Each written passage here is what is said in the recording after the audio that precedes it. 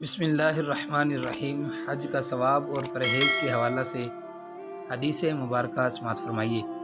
پیارے ناظرین، رسول اللہ صلی اللہ علیہ وآلہ وسلم نے ارشاد فرمایا، جس شخص نے اس گھر یعنی کعبۃ اللہ کا حج کیا اور اس میں نہ رفث یعنی شہوت کی بات منہ سے نہ نکالی اور نہ کوئی گناہ کا کام کیا، تو وہ اس دن کی طرح واپس پلٹے گا جس دن اس کی ماں نے اسے جنا تھا۔